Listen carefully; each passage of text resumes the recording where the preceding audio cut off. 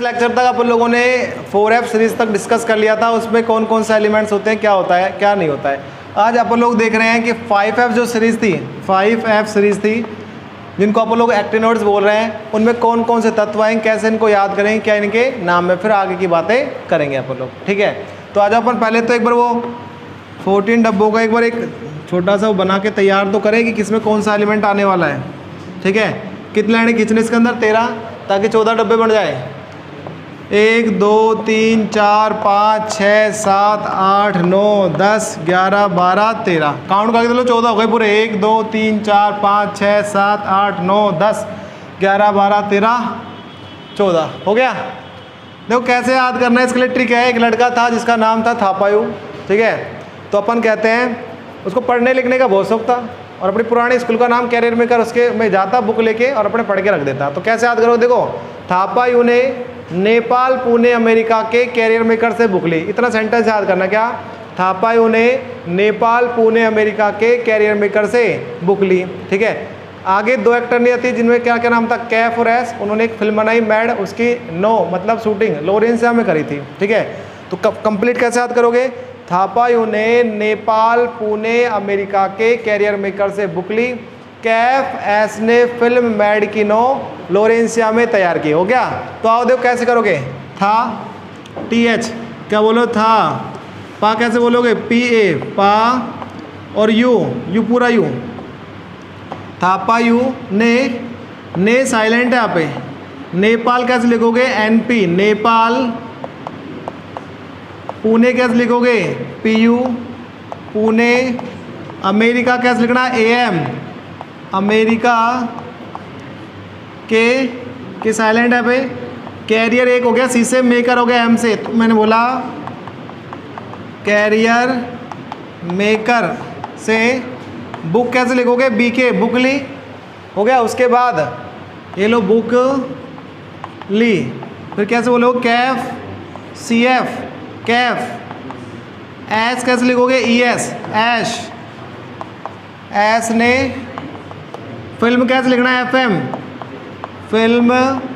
Mad MD आप भी लिख लो साथ साथ, मैड की NO लोरेंसिया में तैयार की LR।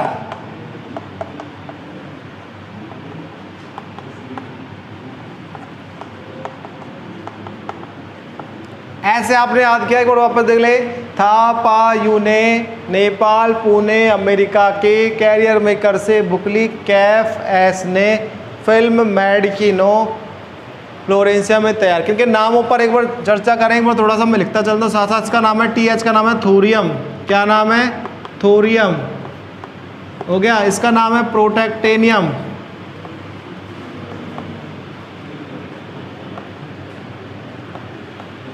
प्रोटेक्टेनियम। ठीक है, उसके बाद इसका नाम है यूरेनियम। इसका नाम है नेपटूनियम। इसका नाम है PU क्या है, प्लूटोनियम। AM क्या है, अमेरिशियम। CM क्या है, क्यूरियम। BK क्या है, बर्केलियम। CF क्या है, कैलिफोर्नियम।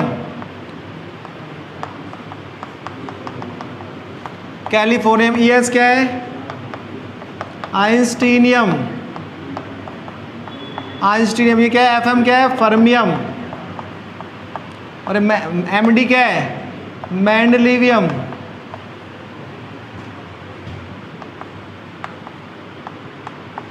और ये NO क्या है, नोबिलियम।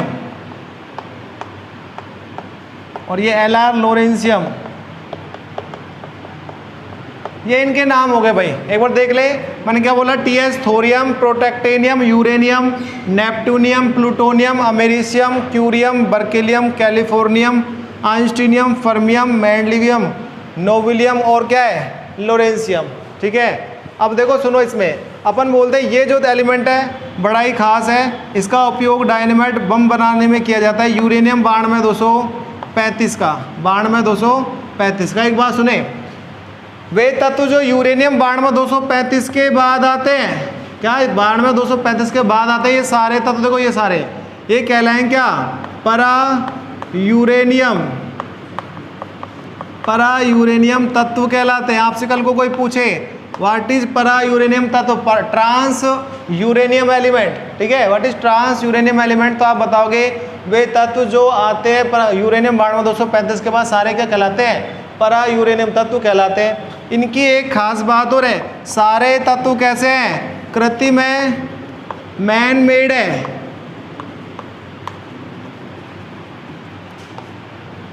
मैन मेड है, सारे के सारे एलिमेंट कृत्रिम है, मानव द्वारा बनाए गए हैं, ठीक है।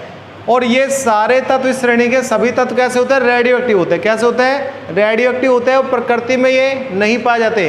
अपन कहें ये तत्व प्रकृति में नहीं पाए जाते हैं, प्रकृति में नहीं पाए जाते हैं,